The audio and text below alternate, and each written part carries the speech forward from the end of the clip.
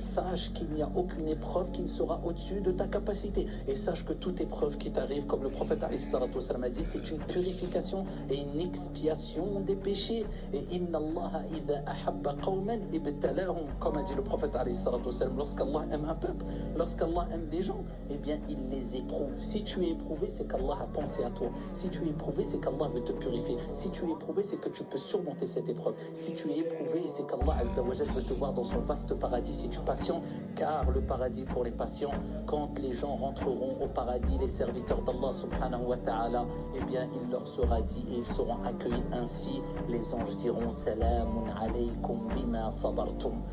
Que la paix soit sur vous, le salut soit sur vous pour la patience que vous avez eue. La patience, c'est une des meilleures vertus. La patience, c'est une lumière.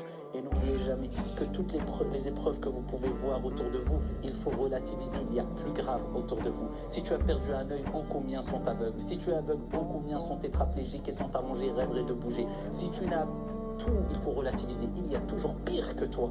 Et demain, tu riras de tes épreuves d'hier. Et combien de fois, quand on discute entre nous et on se remémore des graves épreuves qu'on avait eues à 5 ans en arrière ou 10 ans en arrière, on en rit quelquefois. Miséricorde d'Allah, hikmatullah, sagesse d'Allah. En tout cas, ne désespère pas. Et sache qu'Allah est avec toi. Il t'est simplement dit de te retourner vers Allah, de ne pas désespérer, d'invoquer Allah et surtout dans ta prière, le moment où vous êtes le plus proche d'Allah.